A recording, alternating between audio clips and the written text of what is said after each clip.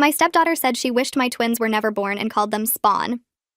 So I cut off her tuition payments completely. I married Rick when his daughter Haley was 12, and for 4 years we were like a real family. I never tried to replace her mom, who lived across the country with her new husband. Haley stayed with us during school and spent summers with her mom. We had this great routine where I'd help with homework, we'd bake together on Sundays, and she'd tell me about her crushes while I braided her hair. She called me by my first name, which was fine, but she'd introduce me as her bonus mom to friends, which always made me tear up. When I got pregnant with the twins, Haley was 16 and seemed excited. She helped paint the nursery, came to ultrasounds, even threw me a surprise baby shower with her friends. After the boys were born, she'd rush home from school to hold them, learn to change diapers, called herself the best big sister ever. Rick was over the moon seeing everyone together. Then Haley turned 18 and got into her dream college 3 hours away. We were so proud. Rick and I agreed to cover tuition and housing while her mom would handle books and spending money. Expensive, but worth it for Haley's future. She came home every few weeks that first semester and things seemed normal. The twins were walking by then and would scream with joy when they saw her. Second semester, something shifted. Haley started criticizing everything I did. The twins' clothes were tacky. Their toys were too loud. The food I made wasn't organic enough. She complained we'd turned her room into a playroom even though we'd only added a toy box while keeping all her stuff. Rick said she was just adjusting to college life. Spring break, she brought her roommate Amber home. Amber was one of those girls who thought having younger siblings was embarrassing, and parents were just ATMS. She kept making comments about how Haley was stuck visiting family instead of going to Cancun like everyone else. Haley started agreeing, saying the twins made it impossible to relax at home. One afternoon, I asked Haley to watch the boys for an hour while I got groceries. Came back to find them crying in their cribs and Haley on the couch with Amber watching Netflix. She said they wouldn't stop making noise, so she put them in timeout. They were 2 years old. Rick talked to her that night about responsibility, but she just rolled her eyes and said we were being dramatic about babies who wouldn't even remember. Summer came and Haley announced she was staying at school for an internship. There was no internship. Her friend posted photos of them at the beach every day. But we kept paying tuition because Rick didn't want to start drama. When she came home for Rick's birthday, the twins ran to hug her and she actually pushed them away, saying they were sticky. Then during dinner, Rick mentioned we were considering moving to a bigger house since the boys were getting bigger. Haley lost it, said we were erasing her childhood home, that everything was about the twins now, that nobody cared about her anymore. I tried explaining we'd make sure she had a room in any house we bought. That's when she said it, looked me straight in the eye and said she wished the twins were never born because they ruined everything and turned her dad into someone who only cared about his new family. Rick's face went white. The twins were right there. The older one asked why Sissy was mad. I took the boys upstairs while Rick tried to talk to Haley. I could hear her screaming about how I'd replaced her and the twins were the proof. How her life was better before I showed up with my spawn. That word, spawn, about my babies. Rick came up an hour later looking defeated. Said Haley was going back to school early and maybe everyone needed space. I agreed but knew something had to change. That night I went through our finances. We were paying $32,000 a year for Haley's education. Money that could go to the twins' college funds. Money we were struggling to afford with 2 babies. I made a decision, called the college financial aid office and said we needed to update our payment information for next semester. Removed our card and put Haley's mom's contact instead. Then I called her mom, Julia, and explained we could no longer afford tuition with the twins' expenses. Julia freaked, saying she couldn't cover it alone. I suggested Haley could take out loans like most students or transfer somewhere cheaper. 2 weeks later, Haley called Rick screaming that her registration was blocked for non-payment. Requested Reds is on Spotify now. Check out link in the description or comments. Rick moved through the house like a ghost for 3 days. He'd get coffee in the morning without looking at me, eat dinner with the twins while staring at his plate, then disappear into his home office until midnight. The boys kept asking why Daddy was quiet and I didn't have good answers. I tried talking to him twice, but he just nodded and walked away. On the 4th morning, I found him in the kitchen before the boys woke up. I asked if we could actually discuss this instead of pretending I didn't exist. He put down his coffee mug hard enough that it cracked against the counter. He said I should have talked to him before making such a huge decision about his daughter. I felt my face get hot and told him he should have defended me and the boys when his daughter called them spawn. He said that wasn't the point, and I was changing the subject. I said it was exactly the point because he let her trash our children without consequences, and now he was mad at me for doing something about it. He grabbed his keys and left for work without saying goodbye to the twins. Nova asked me at breakfast why Daddy didn't hug him, and I had to lie and say Daddy was just busy. The next afternoon, my phone rang with Julia's number. I let it go to voicemail, but then Rick's phone started ringing. He was upstairs changing Ember's diaper, so I heard the whole conversation through the baby monitor. Julia was screaming so loud I could make out every word. She said she was taking him to court for abandoning his financial obligations to his daughter. She said they'd made promises, and now he was breaking them to prioritize his new family. Rick sounded exhausted, trying to explain they never signed anything legally binding. Julia yelled that didn't matter because he'd verbally committed and she had witnesses. She said he was choosing his spawn over his first daughter, and she'd make sure everyone knew what kind of father he really was. Rick said he needed time to figure things out, and Julia hung up on him. I stood in the kitchen feeling weird because part of me was glad Julia was showing her crazy side, but another part felt terrible that I'd put Rick in this spot. He came downstairs 10 minutes later and we didn't talk about the call even though we both knew I'd heard it. My mom called 2 days later. I was surprised because we usually only talk on Sundays. She said Rick's mother had mentioned the situation and she wanted to hear my side. I explained everything, starting with the spawn comment and ending with cutting off tuition. I expected support, but instead she got quiet. Then she said I had every right to be hurt, but cutting off tuition without warning was cruel. She said I was acting like Haley was evil when she was really just a confused teenager watching her family change. I tried to explain about the money and how we couldn't afford it, but Mom cut me off. She said that wasn't the real issue and I knew it. She said I'd made a huge decision out of anger instead of thinking it through. I felt my throat get tight and told her she didn't understand what it was like to hear someone call your baby's spawn.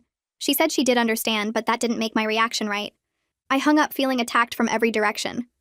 Even my own mother thought I was the bad guy.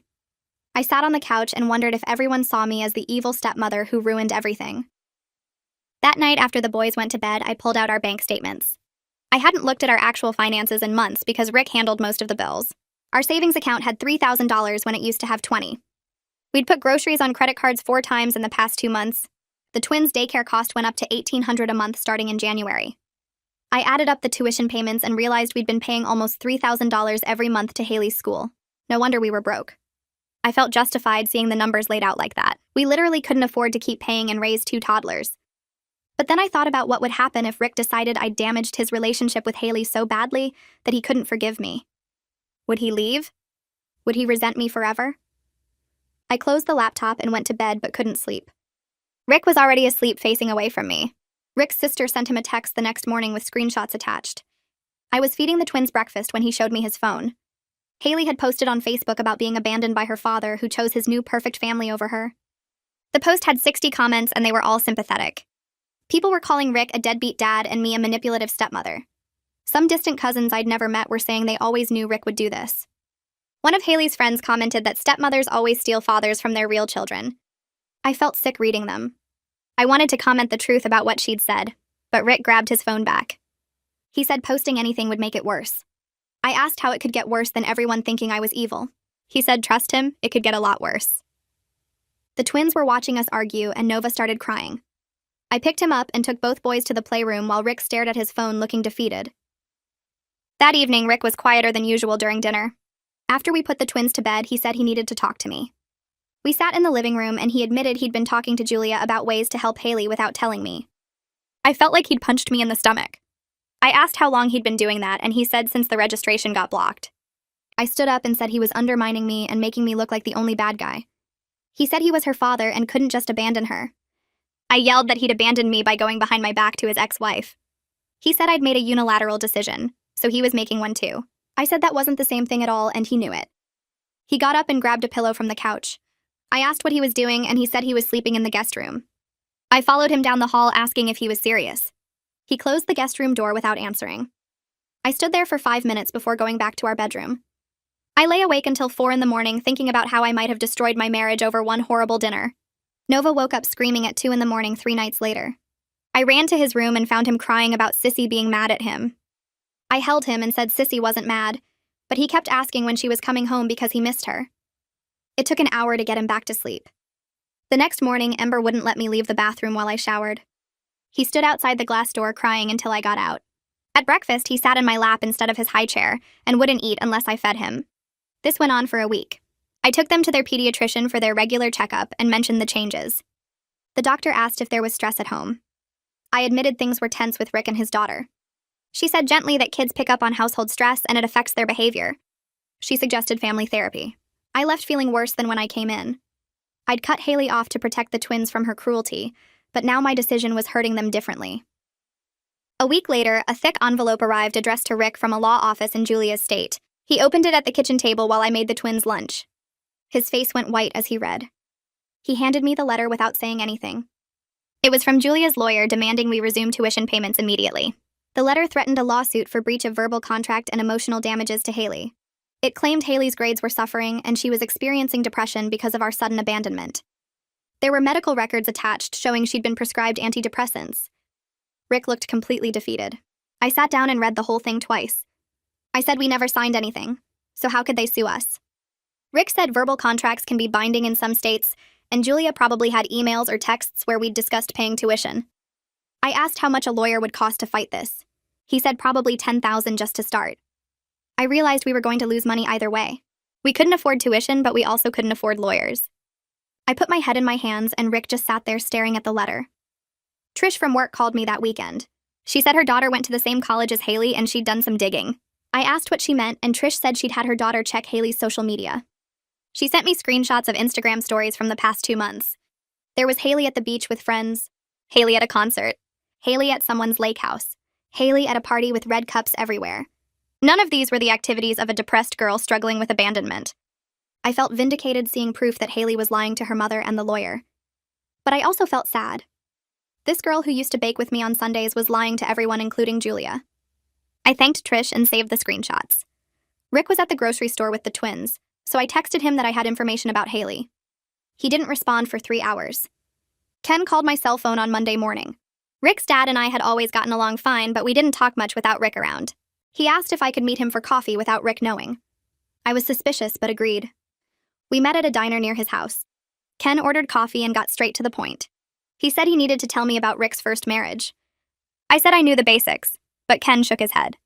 He explained that Julia had always used Haley as a weapon. Whenever Rick didn't do exactly what Julia wanted, she'd threaten to withhold custody. She'd cancel his weekends with Haley or suddenly decide Haley needed to stay with her for holidays. Rick would panic and give Julia whatever she demanded just to see his daughter. Ken said this went on for years until Haley turned 12 and could decide for herself. He looked at me seriously and said I wasn't wrong to set boundaries, but I needed to understand Rick was terrified of losing his daughter completely because Julia had already done it before. I felt my chest get tight. I asked if he thought I should just let Julia win. Ken said no, but maybe there was a middle ground that didn't involve lawyers or completely cutting Haley off. I drove home thinking about everything Ken had said and wondering if there was any way to fix this mess I'd created. Ken leaned back in the diner booth and rubbed his face with both hands. He looked older than usual, tired in a way that went deeper than just missing sleep. He said his brother Ashton had been through something similar with his stepkids about 10 years ago. The kids from his wife's first marriage never accepted him and made life miserable whenever they visited. They'd break things in his house and blame him, steal money from his wallet, tell their mom he was mean to them when he'd barely said 2 words. Ashton tried everything to make it work because he loved his wife. He paid for their sports teams and school trips, drove them to practices, showed up for games where they pretended he didn't exist. His wife kept saying they'd come around eventually, but they never did. By the time they were teenagers, they were openly hostile, calling him names and telling him he wasn't their father so he couldn't tell them what to do. The breaking point came when the oldest daughter accused Ashton of hitting her during an argument about her curfew. It wasn't true, but Child Protective Services got involved and investigated him for 3 months. His marriage barely survived, and even after the case was closed, his relationship with those kids were destroyed forever. Ken said Ashton still paid their college tuition because his wife begged him to, but he doesn't speak to them anymore and they don't come to family holidays. He looked at me seriously and said that in blended families, the biological parent always feels torn between their old family and new one. They carry guilt about the divorce, about their kid losing the intact family, about choosing a new partner. The step-parent always feels like the outsider no matter how hard they try because there's this whole history they weren't part of. Kids sense that tension, and sometimes they use it as a weapon, because they're angry about things that aren't really anyone's fault. He said what happened at Rick's birthday dinner was cruel, and I had every right to be hurt. But Haley's been dealing with her parents' divorce since she was 7, and watching her dad build a new family probably brought up feelings she didn't know how to handle. I sat there stirring my coffee and feeling something shift in my chest. This wasn't just about one dinner or one horrible comment. This was years of complicated family stuff that existed before I even met Rick. Haley had been the center of his world after the divorce, and then I showed up, and eventually there were 2 babies who needed constant attention. I'd been so focused on protecting my boys that I hadn't really thought about what it felt like for her to watch her place in her dad's life get smaller and smaller. Ken paid for both our coffees and hugged me before I left. He said Rick loved me and the twins, but he also loved Haley, and somehow we all had to figure out how to exist in the same family without destroying each other. I got home to find Rick giving the twins lunch in their high chairs. He looked at me and asked where I'd been. I told him I'd met with his dad, and he froze with a spoonful of mashed carrots halfway to Nova's mouth. He asked what his dad wanted, and I said just to talk about Haley and the whole situation. Rick put down the spoon and wiped his hands on a towel. He said his dad had no business getting involved, and I shouldn't have gone behind his back. I felt anger flash through me because I'd gone to get coffee with his father, not planned some conspiracy. We didn't talk for the rest of the day. That night after the twins were asleep, I checked Facebook for the first time in a week. My notifications were exploding. Haley had posted a long essay about growing up with divorced parents and feeling replaced by her dad's new perfect family. She'd tagged Rick and actually used the twins' names. The post had been up for 6 hours and already had over 300 comments. I scrolled through them feeling sicker with each one. Person after person calling Rick a deadbeat dad who abandoned his first daughter for his new kids. Someone said I was clearly a manipulative stepmother who wanted Haley out of the picture. One of Haley's aunts from Julia's side commented about how sad it was that Rick was forgotten where he came from. Extended family members I'd met maybe twice were weighing in with their opinions about our private family business. There were even people I didn't know, friends of friends, adding their thoughts about what terrible parents we were. My hands shook as I read Haley's words about feeling erased and forgotten, about coming home to find her childhood room turned into a playroom for the replacement children, about her dad choosing his new wife over his own daughter. She made it sound like we'd thrown her out on the street. She made it sound like the twins were my idea, and Rick had just gone along with it. She made it sound like I'd systematically pushed her out of her own family. Part of me wanted to write a comment explaining what she'd actually said about my babies. Part of me wanted to post screenshots of her partying at the beach while claiming to be depressed. Part of me just wanted to disappear and never show my face anywhere again. Rick came into the bedroom and saw me staring at my phone. He asked what was wrong, and I turned the screen toward him. His face went white as he started reading. He sat down on the edge of the bed and scrolled through the comments. He didn't say anything for a long time. Finally, he asked if I'd commented or responded, and I shook my head. He said, "Good, don't engage. It'll only make it worse." I asked how it could possibly get worse than hundreds of people thinking we're monsters. He didn't have an answer. The next morning, Rick suggested marriage counseling. He said we clearly couldn't figure this out on our own, and maybe a professional could help us communicate better. I agreed because I didn't know what else to do. We got an appointment for that Thursday with a therapist named Dr. Smith who specialized in blended families. I went in expecting her to understand my side, to validate how hurt I was by what Haley said, to agree that cutting off tuition was a reasonable consequence. Instead, she spent the whole hour asking me questions that made me defensive. She wanted to know why I'd made such a big financial decision without talking to Rick first. She asked if I'd considered how Haley would feel getting blindsided by her registration being blocked. She pointed out that I'd gone around Rick entirely by calling Julia directly. I tried explaining that I was protecting my children from someone who'd called them spawn. Dr. Smith nodded and said she understood that was hurtful, but then she asked if I'd talked to Haley about why she said it or just immediately retaliated. I said retaliated was a strong word, and she raised her eyebrows. She said I'd taken away $32,000 in financial support as punishment for words said during an argument. I felt my face get hot. I told her she didn't understand what it was like to hear someone say they wished your babies were never born. Dr. Smith said she was sure that was incredibly painful, but then she said something that made me want to walk out. She said it seemed like I was parenting Rick by punishing Haley instead of communicating with my husband about how to handle the situation together. She said Rick was Haley's father and I'd taken away his ability to make decisions about his own daughter. Rick sat very still next to me on the couch.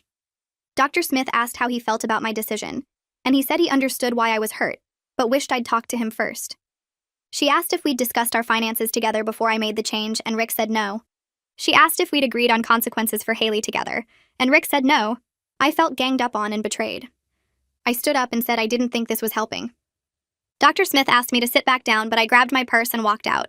Rick followed me to the parking lot, asking me to come back inside, but I got in the car.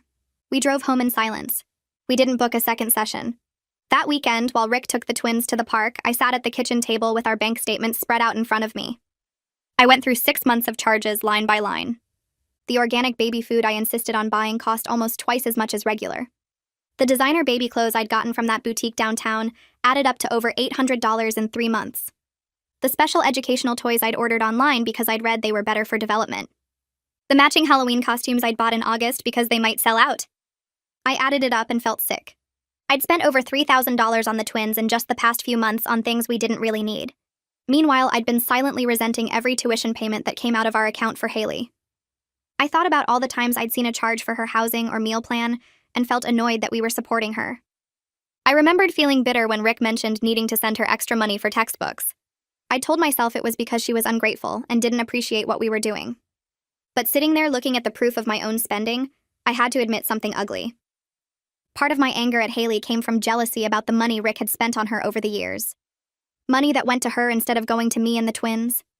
Money that reminded me she'd been Rick's first family and we were the second one. I felt terrible about myself for even thinking that way. Haley was a kid when I married Rick. She didn't choose for her parents to get divorced. She didn't ask to have her dad remarry and have more children. But somewhere along the way, I'd started seeing her as competition instead of as Rick's daughter who needed support. I closed all the bank statements and put my head down on the table. The twins were my babies and I'd do anything to protect them. But maybe what I'd done wasn't really about protecting them at all. Rick's phone rang Tuesday afternoon while he was working from home. I heard him answer, and then his voice got quiet and serious. He came into the living room where I was building blocks with the twins, and his face looked strange. He said that was the financial aid counselor from Haley's college. Haley was on academic probation, and might lose her merit scholarship entirely if she didn't turn things around next semester. She'd failed 2 classes last term and was barely passing her current ones. The counselor had called because they were concerned about her, and wanted to make sure her parents knew what was happening. Rick sat down on the couch and just stared at the wall. I asked what he wanted to do, and he said he didn't know. Nova brought him a block, and Rick took it, but didn't do anything with it. I felt this complicated mix of emotions I couldn't sort out. Part of me was genuinely concerned about Haley's future, because failing out of college would hurt her for years. Part of me was angry that she was wasting the opportunities she had while playing victim on Facebook. Part of me felt guilty wondering if the tuition situation had made her grades worse. Part of me thought she'd been partying too much based on those Instagram photos, and this was her own fault. I realized I still cared about her despite everything that had happened. That confused me because I wanted to just write her off as cruel and selfish, but I couldn't. She'd been part of our family for years.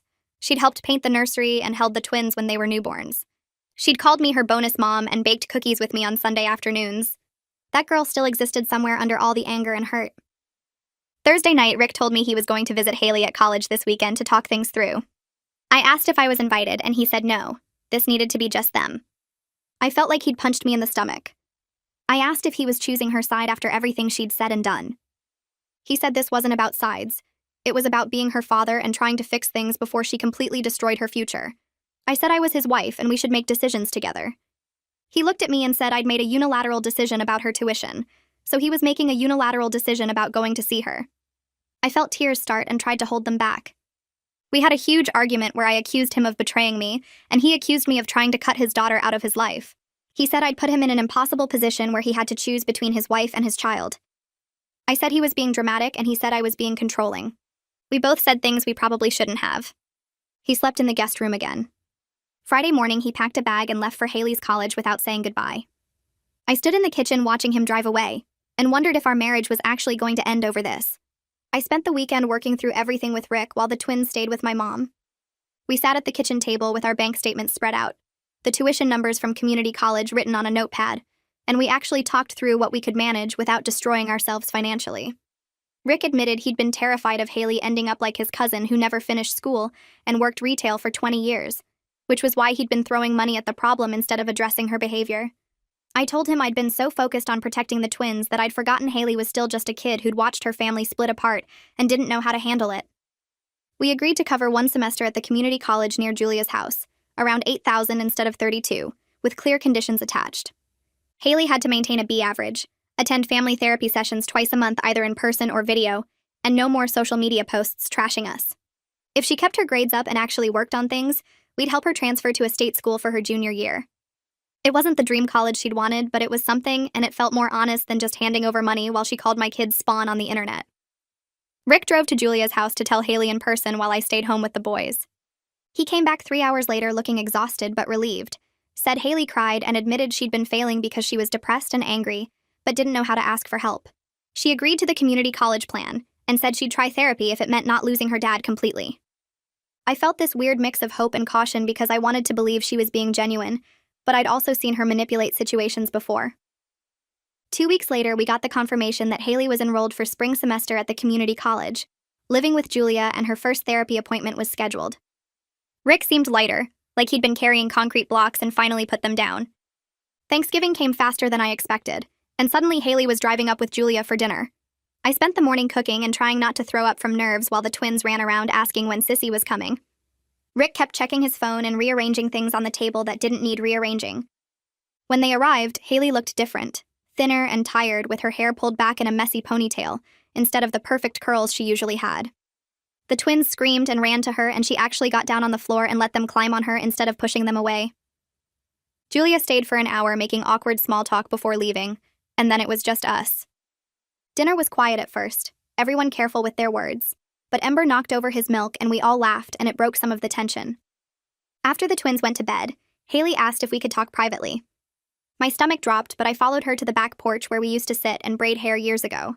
She looked at her hands and said she was sorry for calling the twins Spawn, that she'd been so angry about feeling replaced that she'd said the cruelest thing she could think of. She said her therapist was helping her understand that her feelings about the divorce and the new family were valid, but the way she'd expressed them was wrong. I told her I was sorry for cutting off her tuition without warning, that I should have talked to Rick first and handled my hurt feelings better, instead of making a huge decision out of anger. We both cried a little, and it wasn't perfect or completely healed, but it was something real. She went inside and played blocks with the twins before bed, and Nova fell asleep holding her hand. 3 months passed, and Haley called every Sunday to video chat with the twins. She'd hold up drawings she made in her art class, silly pictures of dinosaurs and trucks that made the boys laugh and point at the screen. Her grades came in at the end of the semester showing 3 Bs and an A-, and Rick cried when he saw them. She still made comments sometimes about feeling left out when we posted family photos, still had moments where you could tell she was struggling with everything, but she was actually trying instead of just being angry. I had to accept that our relationship would never be what it was when she was 12 and we baked cookies together on Sundays. She wasn't my bonus daughter anymore in that simple way, and the twins had changed everything whether anyone wanted to admit it or not. But she was working on things, and that mattered. Rick and I went to therapy ourselves and worked through how we'd both handled everything badly, him avoiding conflict and me making big decisions alone when I felt hurt. We had hard conversations about communication and priorities, about how we'd almost lost our marriage over not talking to each other. The twins asked about Sissy constantly, and lit up every time she video called, and when she came home for spring break, they followed her around the house like puppies. Things weren't perfect and probably never would be, but we were figuring out how to actually be a blended family, instead of pretending everything was fine while resentment built up underneath.